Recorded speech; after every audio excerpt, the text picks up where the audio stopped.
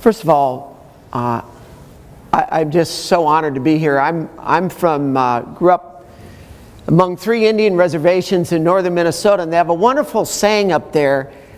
It's called miigwech, which loosely translated means, I am honored to be in your presence. I'm honored to have my wife here. It was important for me to fly her here. Melva, can you wave? And there's my partner there that's helped me in all of these. And I do want to thank the student back there who's got a Minnesota Vikings shirt on for me back there, right there. I appreciate making me feel at home. I want to thank my tour guides today, David and, let's see, where is David at? Is he here? David, Sharon, and Laura and Blinn. They did a great job, great job. In the, you know, how do you boil down 35 years of work in 10 minutes? Or in 50 minutes? Up on the reservation, they say you cannot really tell the worth of a person until 4 generations later on what they've left society. I know this, I grew up, I had 2 parents who loved me. And the more I'm in education, the more I realized that I was at a huge advantage. And I had public school teachers who taught me to see the world differently. And I myself became a teacher in 1985.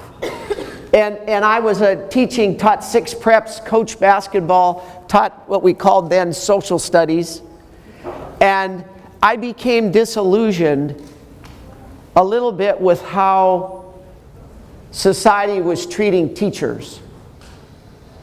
And I became disillusioned where education was on the priority list of people. So I decided to run for office.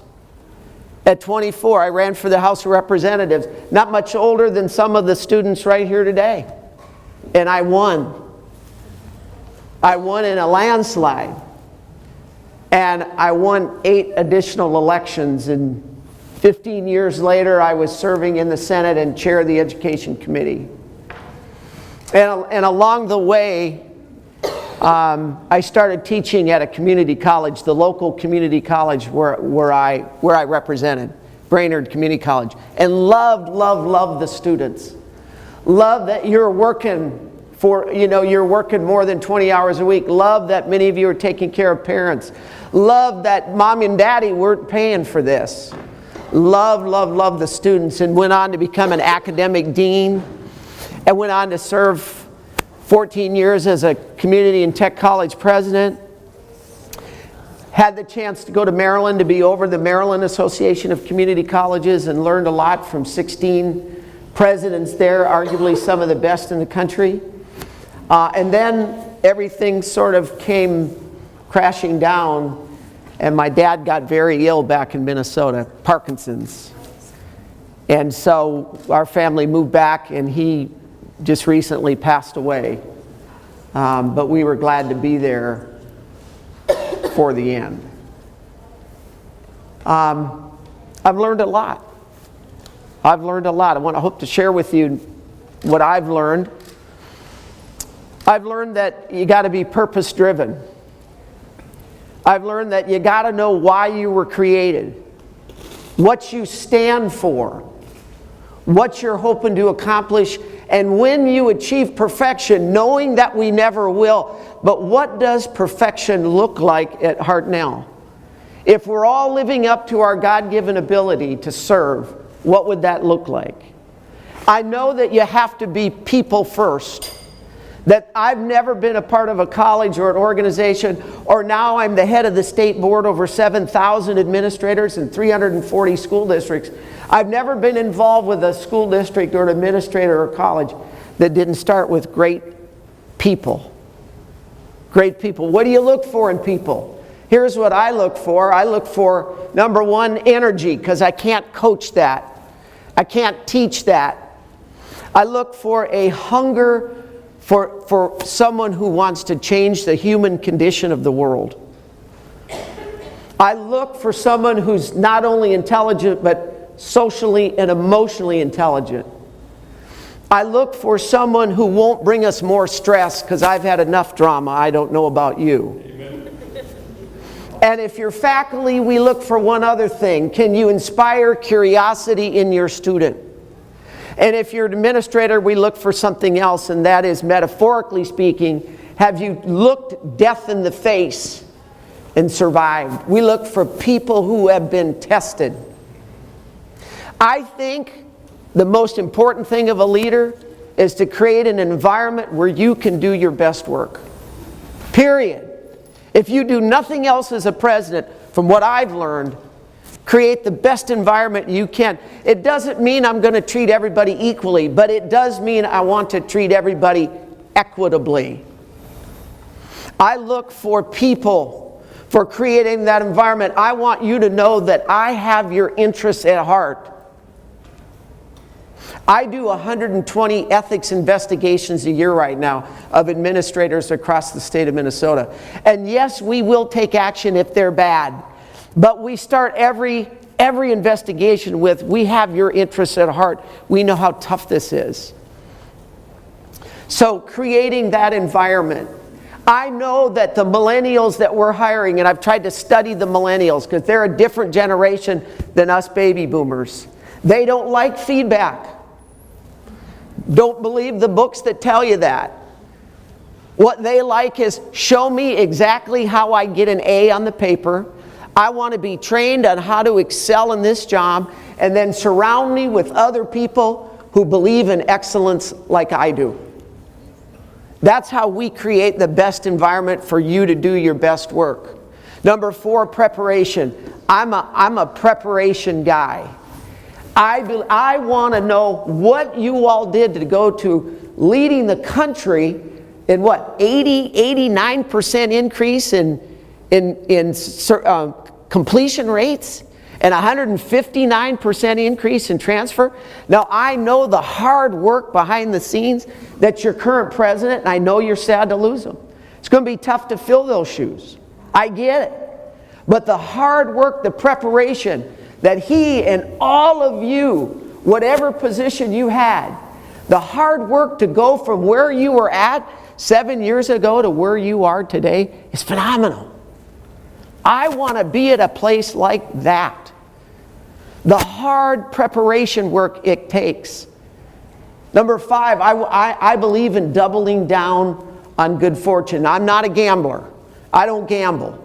But every college I've been in 4 different states has had something special about them. And I've learned whatever that special was, you throw everything you got at it. We were in Colorado. We found out we were the home of 900 homeschool families. We had more homeschool. Now, I'm a big public school guy. I don't want to make a judgment on homeschools. But we had 900 homeschool, we had 9,000 homeschool families in El Paso County. We became the #1 homeschool community college in the country. We added 900 students to our college. I get to Kansas. The governor of Kansas passes a bill that says free college tuition to anybody in high school that takes a technical program, career and technical program. We went from 89 high school students to 2,000 in 2 years. So whatever is special about Hartnell, and I've read your report, it's that thick. Boy, whoever did that self-study knew what they were doing. That's probably one of the best ones I've ever read. And I see what you're trying to develop, what those strengths are. I saw it at that campus today in those career and technical programs. The world is changing. I was just with the vice president from Ernst & what's that big accounting firm? Ernst & Young? Is that what it is? And he said he just got back from Zurich, Switzerland. They sent them over because the big banking companies are worried about Bitcoin.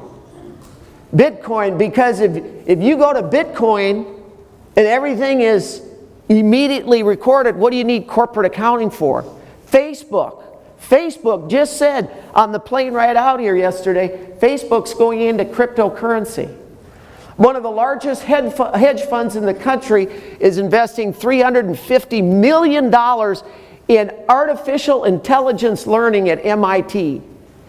These students right here are going to compete in a world of artificial intelligence, automated economy. When I was in Tennessee, Nissan, there's more cars produced in Tennessee right now than Detroit.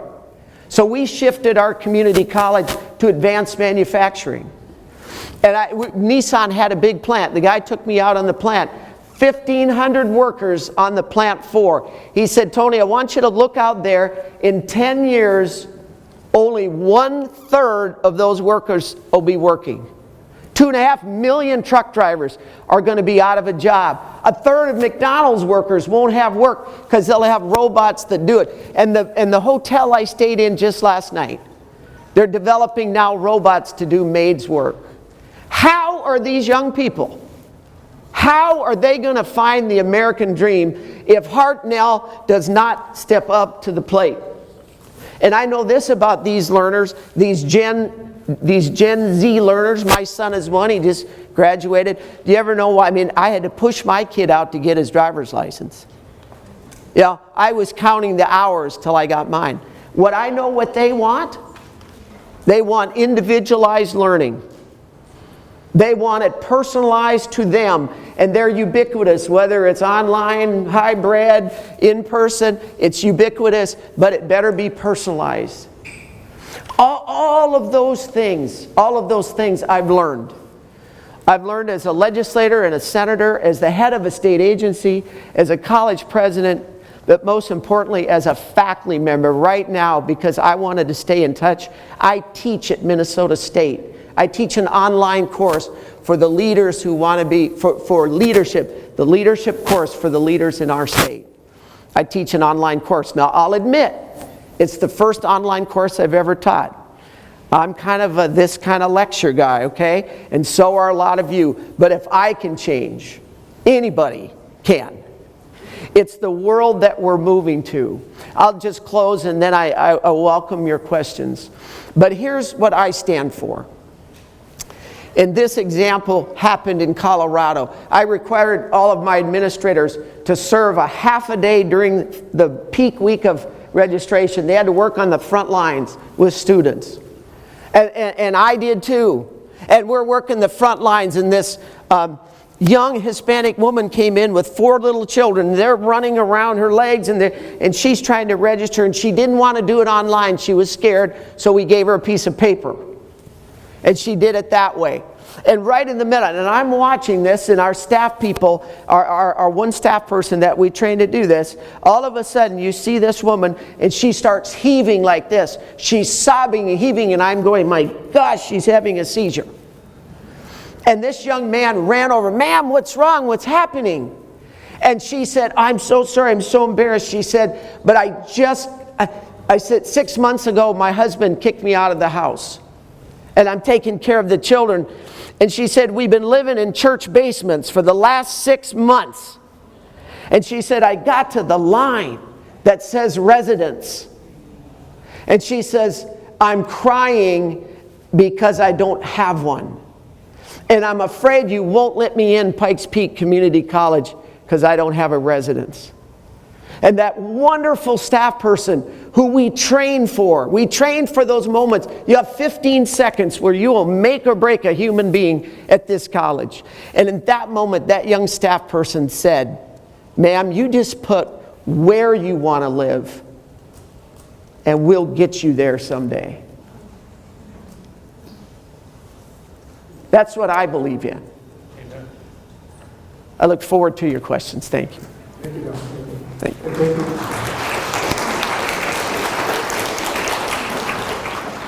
Staff workloads are a growing concern, especially in light of upcoming new campus locations. How will you ensure appropriate staffing exists to support our students? I was reading about the locations and the expansions. And one of the questions I asked was, and I think you passed Measure T, was it? It's called Measure T. It's very sexy to build the buildings and expand, but what's harder is all the operations costs to take care of them. and all the staffing work behind that. And I'm confident as I read your plan and all of the councils that you have and the wonderful shared governance that you practice, that I'm strongly supportive. I'm hopeful that those kinds of discussions took place. I mean, I can't imagine people of good faith here didn't have those discussions. Now, how do you balance it? Well, first, you hope you can have a strong president who'll be good with the governor and the legislature and lobby and get the funding that we need to do what we need to do for our students. Obviously, that's a world I understand, I operate in every day. And by the way, if you wait till after the election to get involved, it's too late. We must get involved in the primaries and before people even run, because I'll let you in on a little secret and promise you don't share this with anybody out of this room as a political science professor and a former senator. 98% of the way your legislators will vote is made up, their minds are made up before you even testify or walk in the door. Because they make their mind up based on their life experiences. So Hartnell, we've got to give our legislators the best experience we can with this institution to get the funding. So I would work hard to get funding. I understand the tug of war between wanting to expand services and access, but then who's going to pay for it and the workloads. And all I can promise there is to be very mindful of that balance. I haven't seen your bottom line, your budgets. I couldn't comment beyond that, except that I want you to know, I know there's a balance. And we're all stretched so thin. One of the things we're doing in my office, and maybe you're doing it here, is we're moving to almost a majority telecommuting. A majority of our staff now never leave the home. They don't have to fight the traffic. With Zoom, all the technologies now, we're really, and I know with millennials and attracting that workforce, you have to give those folks a lot more option of where to work, because we're never going to be able to be competitive with salaries. And let me just say one other thing, and I'm going to do quicker answers because you've got a lot of questions. I'll admit I'm in sticker shock over your housing prices out here, okay? I cannot imagine how a rank and file faculty member that you're trying to attract on the salaries that how do they even eat? Let alone how do our students afford the maid that was cleaning the maid that was cleaning our room. I asked her, I always do this, what do you think of Hartnell? I do these little polls. And she said, I love it, but I can't pay rent and go to school at the same time. This housing thing, I've never faced that in any college that I've been. You could get, in Minnesota, you can rent a house for $550 and have 3 roommates. So that's what I'm going to promise for Hartnell. I can't promise that, but yeah, it's a balancing act. Yeah, Tim. What experiences do you have with extension campuses? With extension campuses? I hope I understand what that word means. In Minnesota, maybe they're called satellite or same thing. When I was in Colorado, I made a terrible error in judgment. I think you ought to know what your candidates do wrong, too. What we struggle with. In Colorado, in 2007, it was booming. We were attracting every California business we could in Colorado. We literally, that was our plan. Steal as many California people as we could and show them the Rocky Mountains and the housing costs are half. Okay? And it worked. And we were booming, and we decided to create a 4th campus on the eastern front of Colorado. And guess what happened in 2009? The bottom fell out of the housing in Colorado. The California people dried up, and the entire Banning Junction housing complex out there went bust. Now, fortunately for us, we did this a smart way. We renovated a middle school that a school district donated to us, and all of the equipment we could get back out. So I would say my style is, if you're going to expand, first you better take into consideration if you're simply just displacing students. Instead of driving here, are they driving here? You better make sure you're growing students, not just displacing them, or you're going to be wasting your resources. And secondly, always, we call be productively paranoid. In my staff, what that means is we're going to think of every possible thing that can go wrong, and we'll be ready for it. And so we planned for the collapse, hoping it would never happen. And so we were able to get out of there very easily and very cheaply. So those are the lessons I learned. I'm probably a bit more careful on expansion than most presidents, because I don't often think it generates the new students you might think. It displaces and sends. I mean, I'm happy for a student who only drives 10 minutes instead of 20. I get that. I'm not too sure for our bottom line, though, that always adds as much value as it should. Now, I say all that not knowing your demographics, but just wanting you to know I'm a little bit more conservative about expansions, maybe, just based on getting burned in Colorado with what happened with the housing crunch. Thank you, Drew. Please describe how you have demonstrated your commitment to students with disabilities, as well as how you have directly or indirectly supported services for students with disabilities. Not good enough. I think we can all get better. Where it really came to a head is my sister's middle child, 6 months, Melville, what was it, 6 months ago, a year ago, no, about a year ago, got diagnosed with autism.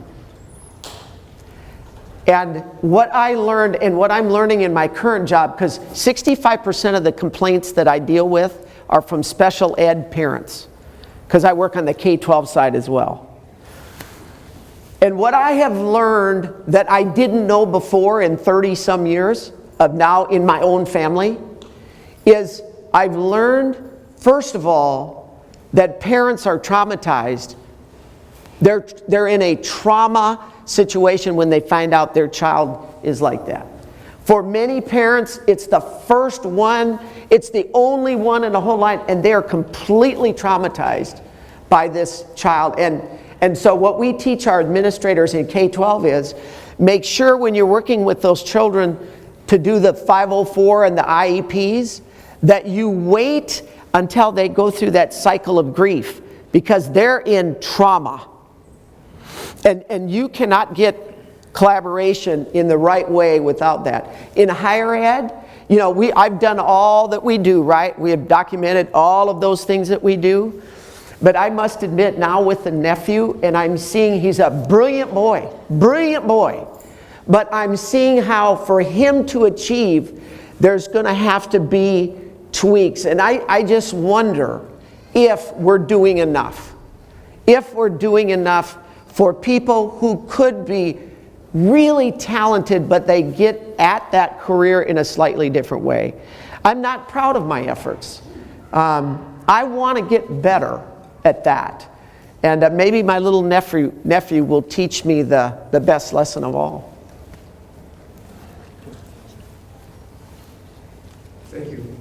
How would you support the arts at Hartnell College? The arts, boy, I toured, what a wonderful facility. I mean, and I saw all the little girls playing basketball in the gym today, and all the trio students here.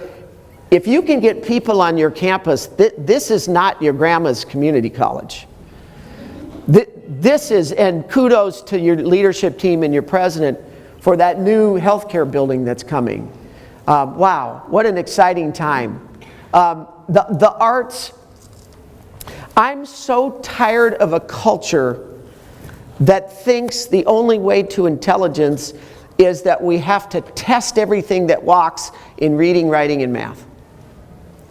I don't know if I'm alone with that view, but the talent that we need in this new economy will be the innovative, creative talent. And while I love math, and I love English, and I love to read, I love innovative minds even more.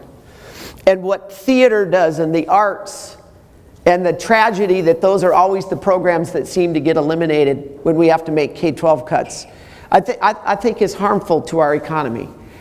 I look at almost everything we do from the economic lens. I believe well-rounded workers that we want to hire have backgrounds in drama and theater and band and choir and student government. I'm sitting here today because I was a leader in student government. That was the connection I needed beyond school. And I know you're really working hard here to create even more cohorts. I couldn't applaud you. Every student here needs to feel connected. And as much as we think we're connecting with them in my political science class, it's not enough. And they're coming from lives where they are on that stupid smartphone all the time, right? Isn't that a paradox to call something smart stupid? But and paradoxically, they're more connected than ever, and they're more disconnected than ever. There are a couple universities, I was talking to my tour guides, that are now requiring you must belong to at least 2 clubs or do 2 events every semester.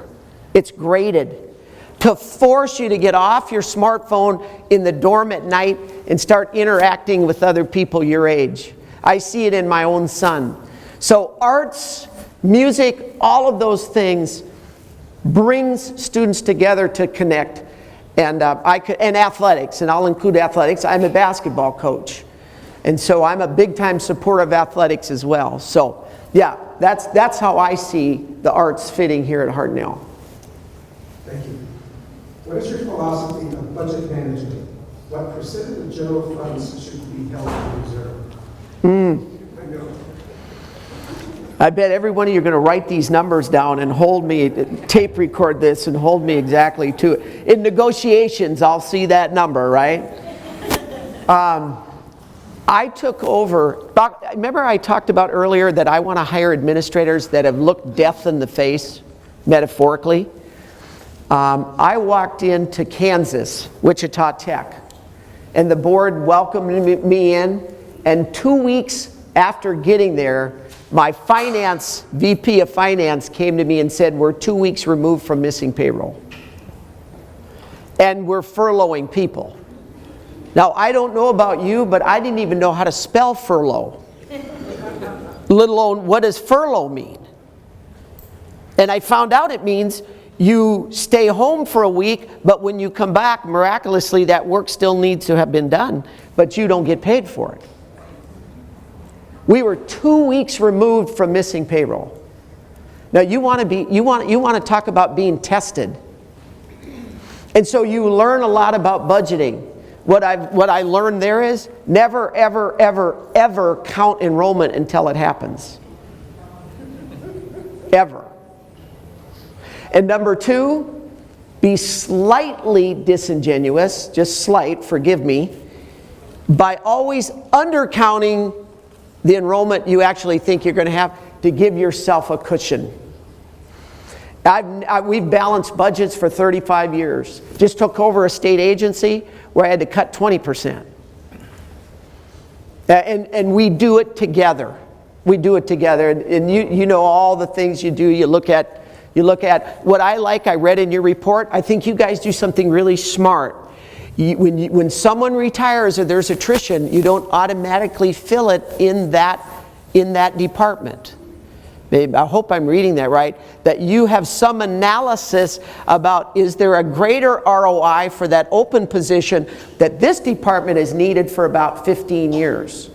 I want to applaud you for that. That takes a lot of discipline to do that. So discipline, never counting your dollars until you have them. My rule of thumb is about a 5 to 7% fund balance. Most of that is driven by state law. Colorado, it was 7%. Tennessee didn't have any, interestingly enough. You could. The reason I don't like it higher than that is because I was a faculty member and I looked at my paycheck and went, how come we're being bankers when I'm only making this? I get that. So there's that balance. On the other hand, I want enough in there where if the California economy crashes again, you need a cushion so you're not throwing people out. So there's that balance again. 5%, 5, 6, somewhere in there. Thank you. How do you connect with students in your role as a senior administrator, and how can students connect and communicate with you? I just want to tell the students, I got my start, I got in student government. I got elected to the University of Minnesota Board of Regents as a student regent. And the other thing I did is I did an internship in the House of Representatives. And what I learned from that as a student back in the 80s was I could do that job. I could be a politician. I could do that job.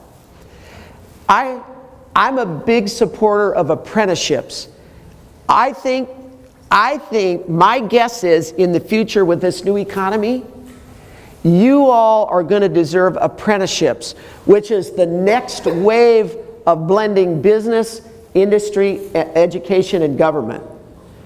Apprenticeships where you're guaranteed a job, and it's a blending of the 3 different areas. In Kansas, we had a program, we did 2 things, faculty, you'll appreciate this, faculty did this. One is they did 2 grades, a letter grade, and then they did a work ethic grade. And so on the transcript, you had your letter grade, and then you had a work ethic grade. Now when you went to industry, guess which one they looked at first? The work ethic grade. Now the students were, what do you mean I have to show up to class on time and I have to, yeah, it was all on the work ethic grade.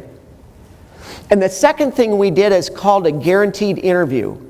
We worked with all the big aviation companies in Wichita, the aerospace companies, Boeing, Learjet, Hawker Beechcraft. And our graduates, our program was such that you were guaranteed an interview if you graduated from Wichita Area Technical College. You took that diploma and you laid it on the table of the HR director, and you went from one of 90 to in the 10 they were being interviewed. That's the kind of relationship that we had. So what I'm going to do for students, I'm going to work night and day so that you can be competitive in this very competitive economy. I want you to be competitive to get the job in this new economy, which is going to be much tougher than it was for me. Much tougher. That's my commitment to students. Thank you. What is your position on technical career education, including trades education? One of the questions I asked my host today, I won't out them which one answered this one, but I said, now tell me about Hartnell. I've been at colleges where the liberal arts felt if the vocational and technical got more money, that was an affront to them. And then I've been in schools where the vocational and technical folks were the strongest, and if we put another liberal arts program in, that was an affront to them. I said, what goes on at Hartnell? And they told me, and I hope this is accurate, that we're all in this together. That a rising tide helps all boats. That there isn't this, oh, if we do a little more with career and technical, that means it has to be at the expense of what I teach, political science, or vice versa. If you're really there, if that's the truth, God bless you. Because that's the future, is both. It's both. Right now, 47% of all jobs in America are being studied to be automated. And if they can automate you, they will, because they don't have to pay workers' comp, unemployment insurance, and you don't have boyfriends or girlfriends. Okay? They will automate you. I tell students every day, get yourself in a job that they can't automate. My father and mother owned an ambulance business, and you have an EMS program here. Who's in EMS? Anybody from EMS in here? Now I just outed them. They're the one program that didn't come today, right? But my dad was a paramedic. If your life was on the line and you were in that car accident, you want my dad. You want my dad saving your life. I watched that. He was a paramedic, wonderful living. And you know what Dad said to me? They can't outsource me. They can't get a robot to come here in the ditch and take care of you. So it's got to be both. It's got to be both career and technical and our transfer. And you guys lead this. I love that 3+3. Yeah, wow. I think, more of that. More of that. You know what's tougher? These Gen Z students, the research shows, they don't necessarily believe in degrees anymore. There's a pretty dramatic fall off about the importance of, they're seeing all the debt loads that people have.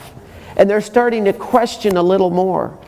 I do think I would recommend, and I want to be honest with you, I would recommend looking at some additions in healthcare, in drones, in cybersecurity, in where the economy is moving, and apprenticeships in all of those. I think, and what I've learned about career and tech in my career is that you got to start in the high school. That you hook those high school students in that last year, and then they feed right into you in higher ed at the community college. If I could look at a crystal ball, I think that's where the world is headed. And I think we can do it together. We don't have to pit each other against. Because by the way, a welder still has to be a citizen. And they still have to be a father or a mother or a spouse. And they have to be a good human being. Because there's more to just life than making money. Thank you. How did you reach out to and seek to understand the predominantly Hispanic, Latino majority community in the Sumas Valley?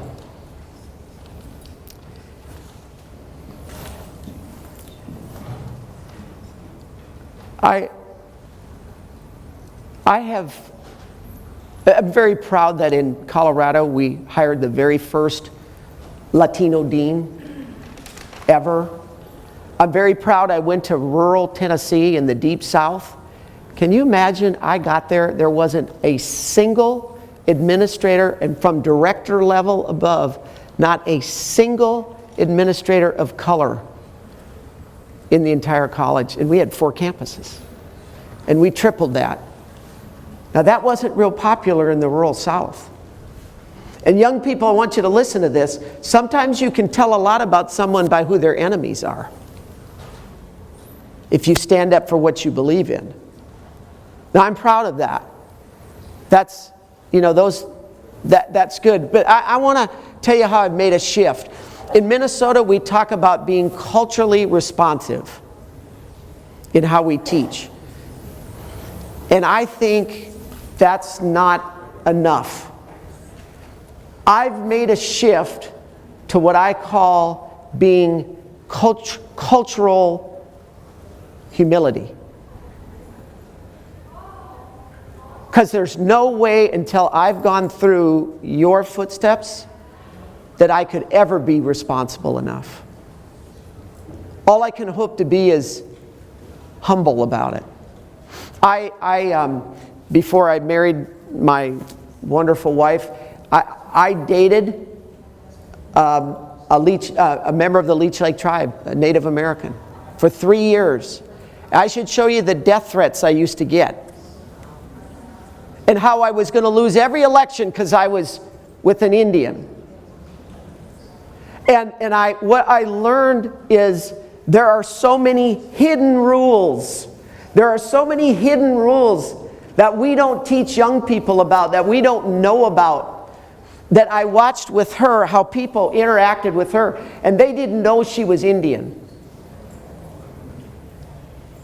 So I cannot even begin to do enough but to be humble about what I'm trying to do, to be responsive and to understand equity, and to understand that we can't treat people all equally, but we certainly can treat them equitably, which means we have to make adjustments for people's backgrounds. I'm a big fan of Dr. James Wilson's book called Redirect. It changed my life, changed my college's life.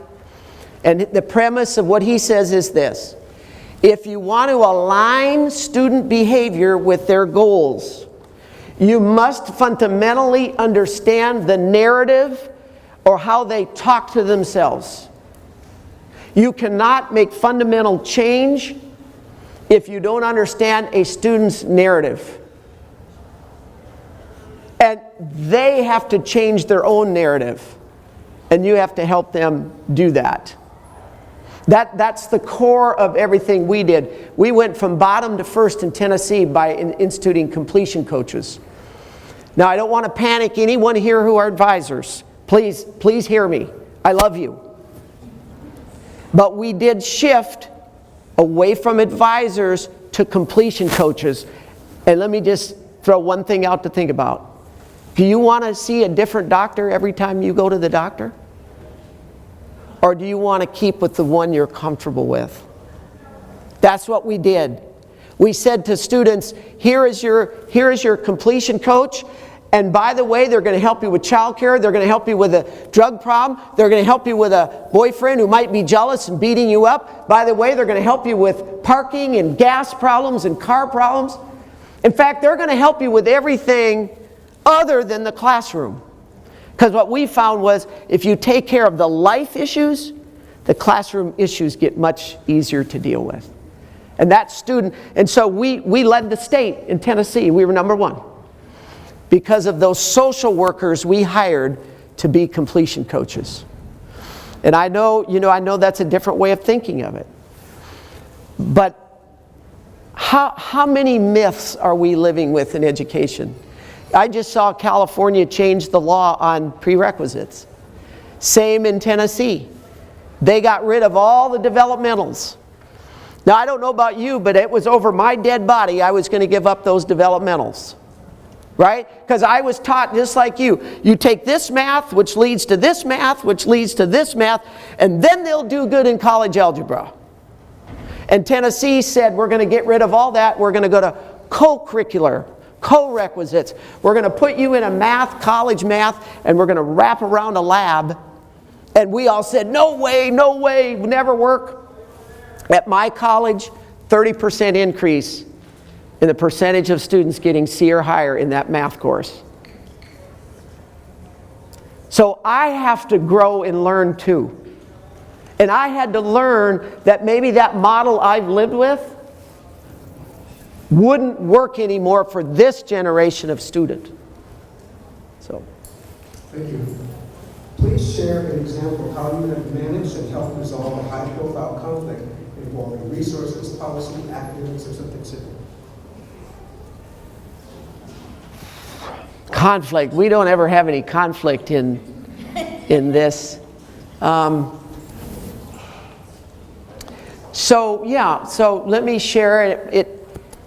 It's not directly applicable to community colleges because I'm in a different world now as the head of a state agency working for the governor. But here's what happened. In Minnesota, we guard people's privacy.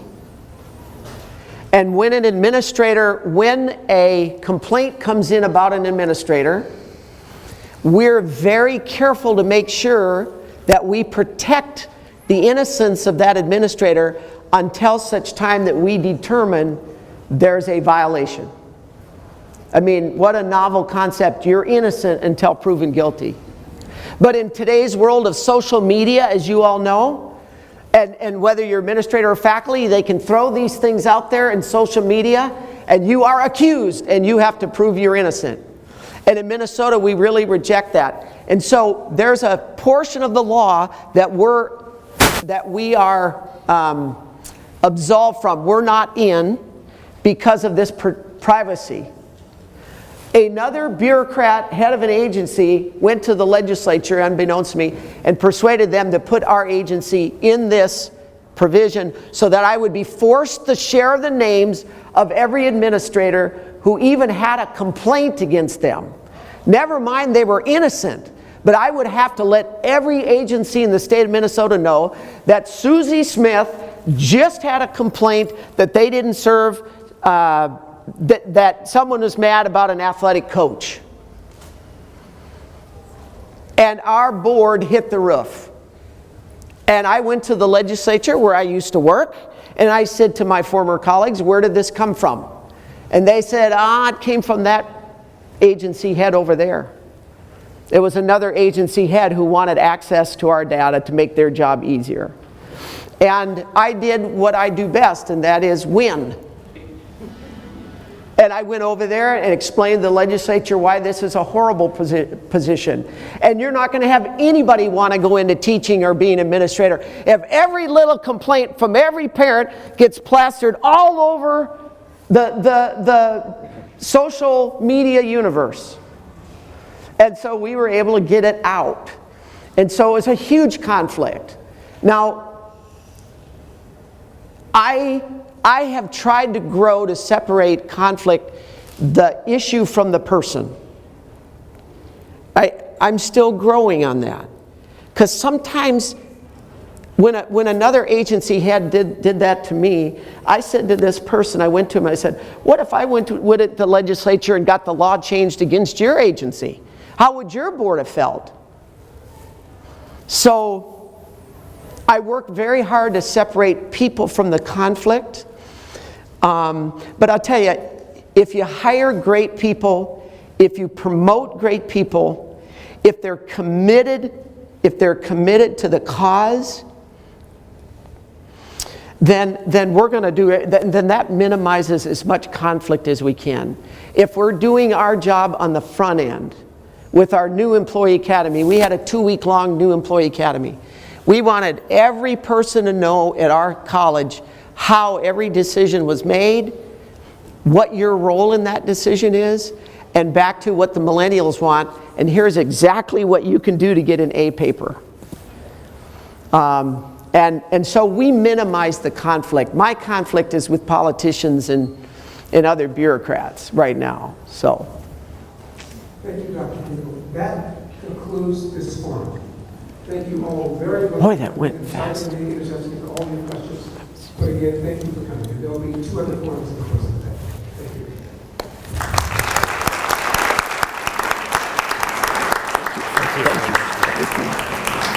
Thank you.